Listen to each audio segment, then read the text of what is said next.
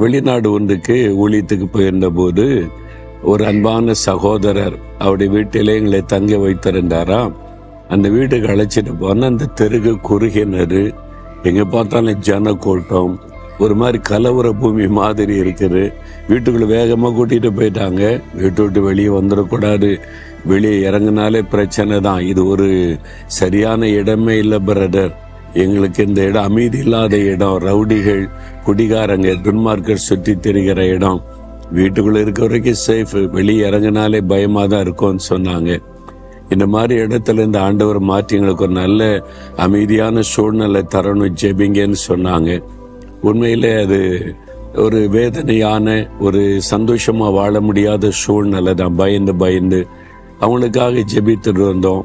ஒரு வருஷம் கழிச்சு போனா சொந்த வீடு வாங்கிட்டோம். இப்ப நிலையா குடியிருக்கிற இடம் ஆண்டவர் தந்துட்டாரு.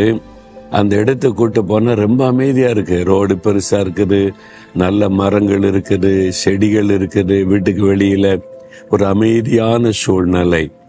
சொன்னாங்க, முன்பு இருந்த இடத்துக்கு இருக்கிற எவ்வளவு பெரிய வித்தியாசம். ஆமா பிரதர், ஆண்டவர் ஜெபத்தை கேட்டு எங்களுக்கு ஒரு சமாதானமான ஒரு குடியிருப்புக்குள்ள கத்தர் கொண்டு வந்துட்டாரு. சூழ்நிலை இந்த பக்கத்து வீட்டுல இருக்கிறவங்க ரொம்ப அமைதியானவங்க, நல்லவங்க. இந்த இடமே ஒரு அமைதியா இருக்கும், ஒரு சமாதானமா இருக்கும்னு சொன்னாங்க. வாக்கிங் போறதுக்கெல்லாம் மகிழ்ச்சியா இருக்கும்னு சொன்னாங்க. இதுதான் ஆண்டவர் கொடுத்த வாக்கு. சமாதான தாபரங்களிலே நான் குடியிருக்க பண்ணுவேன். யார்? என்னுடைய ஜனம். நீங்க அவருடைய ஜனமா இருக்கிறீங்களா? ஆண்டவருடைய பிள்ளைகளா இருக்கிறீங்களா?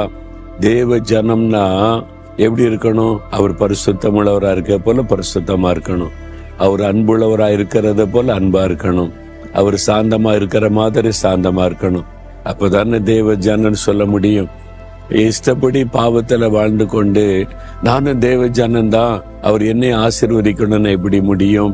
அப்ப இயேசுவை நம்முடைய உள்ளத்துல சொந்தமாக்கி கொண்டு, ஆண்டவரே நான் உம்முடைய பிள்ளை, உம்முடைய ஜனம் அப்படின்ற அனுபவத்தை நீங்க பெற்றுக்கொண்டீங்கன்னா உங்களுக்காக எல்லாத்தையுமே கர்த்தர் செய்வார். சமாதானமான தாபரங்களிலே தங்க வைப்பார், நிலையான இடத்திலே குடியிருக்க பண்ணுவார், உங்களுக்கு செய்வார். சொந்த வீடு தருவார், நிலையான ஒரு வேலை தருவார், நிலையான பிசினஸ் தருவார். அலைஞ்சுக்கிட்டே இருக்கிறவங்க அப்படியே ஒரு நிம்மதி இல்லாம இருக்கிறன்னு நினைக்கிறீங்களா? இன்றைக்கு அந்த வாக்குத்தத்தத்தை சொல்லி ஜெபிங்க. ஒரு நல்ல ஒரு ஆசீர்வாதமான ஒரு இடத்துல உங்களை குடியிருக்க கர்த்தர் ஆசீர்வதிப்பார். விசுவாசிக்கிறீங்களா?